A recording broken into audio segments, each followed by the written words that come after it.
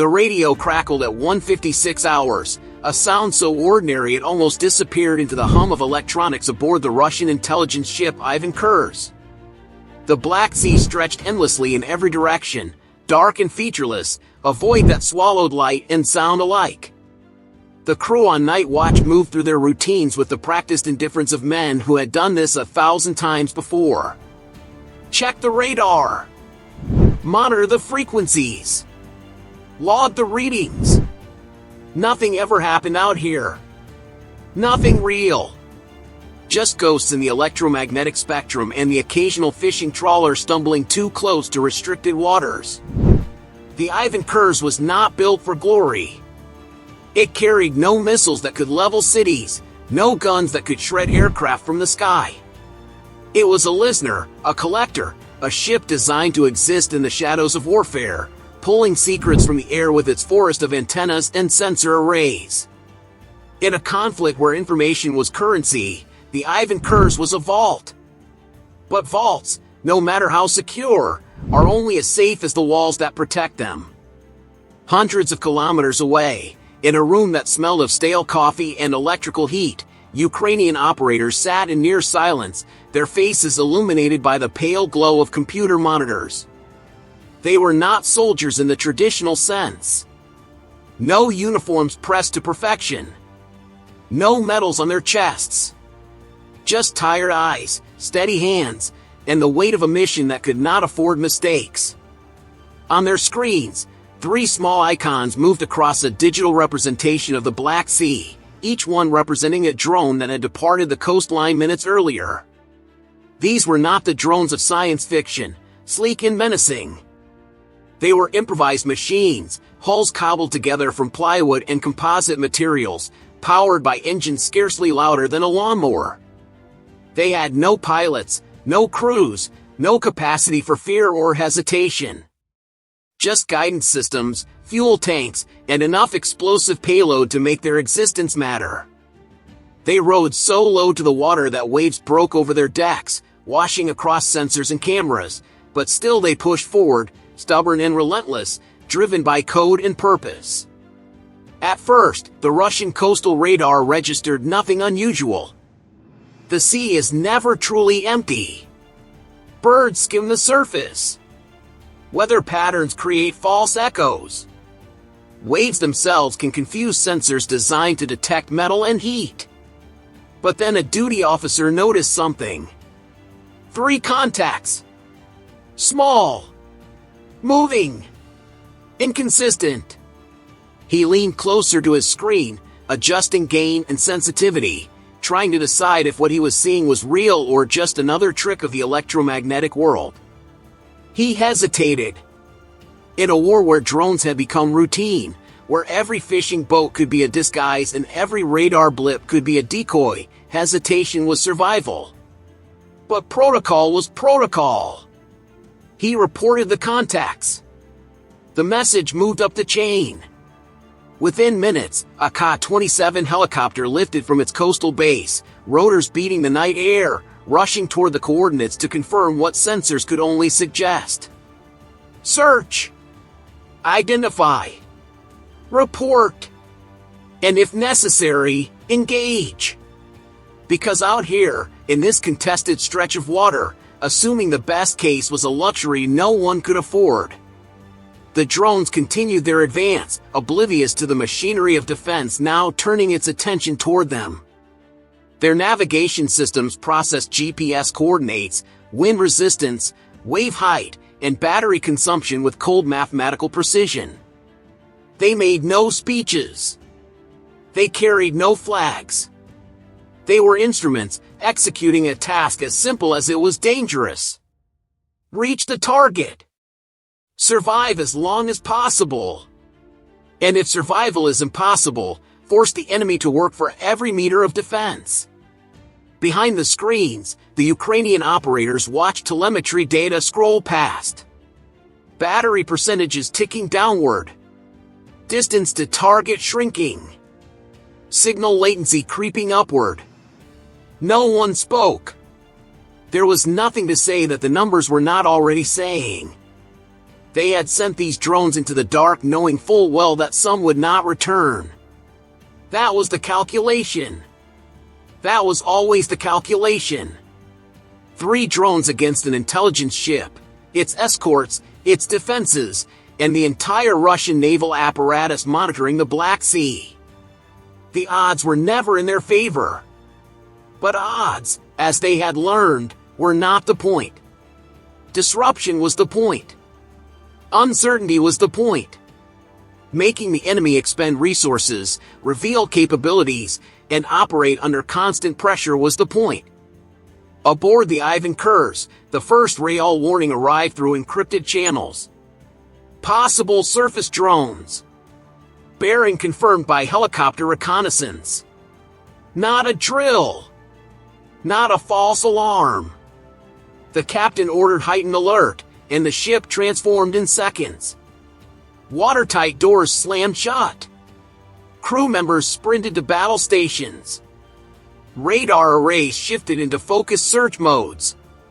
Gun systems powered up, servos whining as barrels rotated and elevated. Cameras swiveled toward the horizon.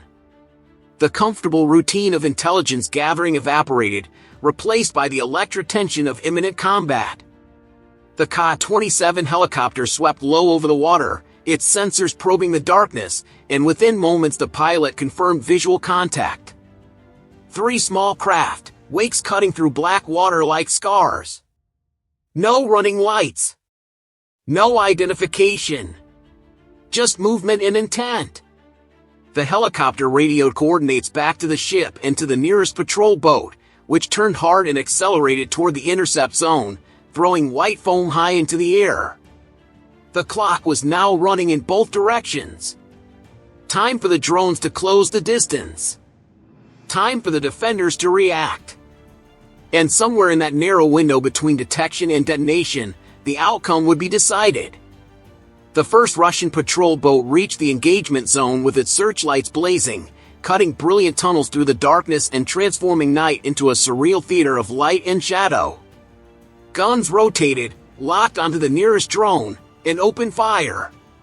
Tracer rounds screamed across the water in arcing orange lines, stitching patterns of violence into the sea. Water erupted in towering geysers where shells impacted.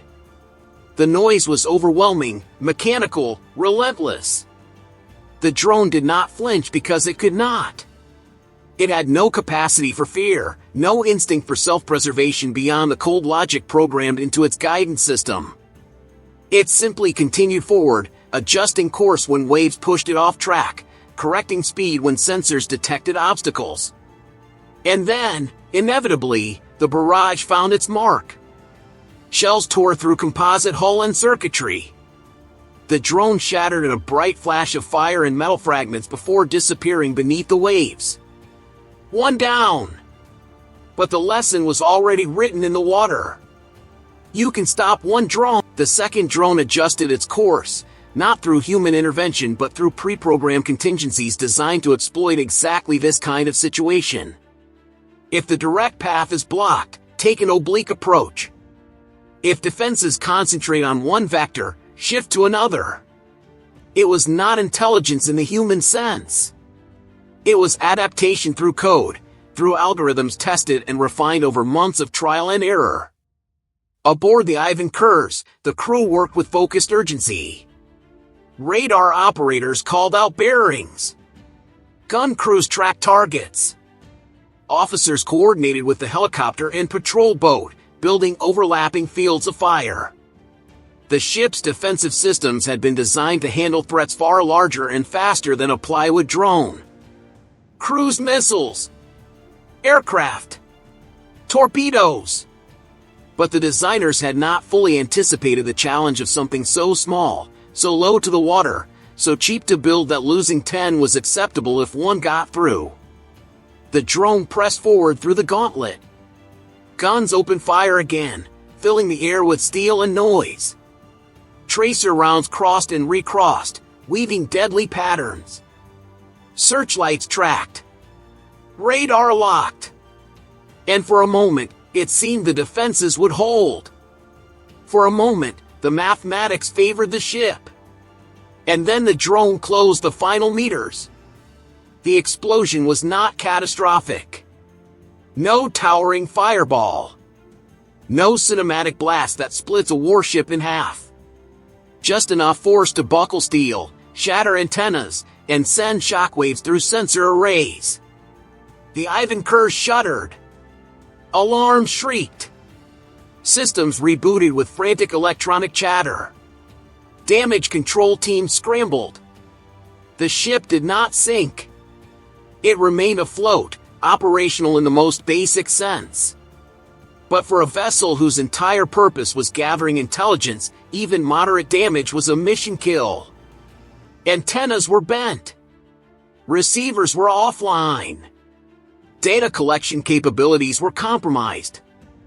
And somewhere in a Ukrainian operations room, operators watched telemetry confirm impact and allowed themselves the briefest moment of grim satisfaction before refocusing on the third and final drone. Because the mission was not over. The third drone was still moving. Still fighting its way through defensive fire. Still carrying the potential to make this night matter even more. The last drone found itself at the center of a tightening net. The helicopter circled above, calling bearings. The patrol boat closed in, guns blazing. The Ivan Khurs itself now trained every available weapon on this final threat. Searchlights converged. Radar pulses hammered the air. Tracer fire laced the water in intersecting streams of orange light. The drone fought the waves, fought its own failing systems, fought the mathematics of probability that were closing around it like a fist. For a few seconds, it seemed impossible that anything could survive such concentrated fire. But survival was never the goal. Reaching the target was the goal. And if that was impossible, then forcing the enemy to expend ammunition, expose tactics, and exhaust their crews was still a victory of sorts. The drone pushed forward. Battery warnings pulsed. Fuel reserves dropped toward zero. And then the guns found their range. A final burst walked directly across the drone's path. It staggered. Fragments of plywood and circuitry spun through the air. The ocean swallowed what remained. The third drone was gone. The Black Sea returned to silence. But the silence was different now. It carried weight. It carried questions. In the hours that followed, reports filtered through command structures on both sides. The Ivan Khurs had survived. It would return to port for repairs, its sensors patched, its antennas replaced. Crew members would debrief, describing the attack in clinical terms, noting response times and ammunition expenditure. The Russian Navy would study the engagement, refining doctrines, adjusting patrol patterns, reinforcing defenses. On the Ukrainian side, operators would review telemetry, analyzing what worked and what failed, identifying improvements for the next mission. Because there would always be a next mission. The drones had not destroyed the Ivan Khurs, but they had achieved something perhaps more valuable. They had proven that a few cheap machines, guided by patient operators, could force a sophisticated warship into exhausting defensive operations. They had demonstrated that size and expense were not the only currencies of naval power. They had shown that persistence, creativity, and willingness to accept losses could offset traditional advantages. And in doing so, they had rewritten assumptions about what modern naval warfare could look like. The Black Sea has become a laboratory. A testing ground where old doctrines meet new technologies, where billion-dollar warships face $1,000 drones, where the rules of engagement are being rewritten in real time. Every attack teaches lessons. Every defense reveals capabilities. Every engagement becomes data, feeding into the next generation of tactics and systems. The Ivan Khurs did not sink that night. But something else did. The comfortable certainty that only large, expensive platforms could decide naval battles.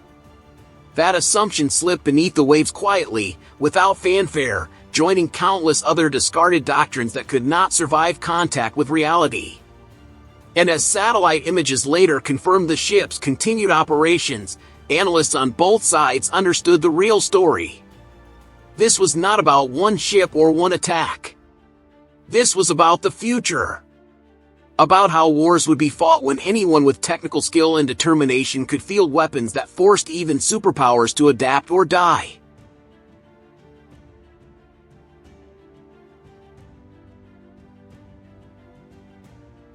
Somewhere tonight, another operator sits before glowing screens, watching another small icon crawl across a digital sea.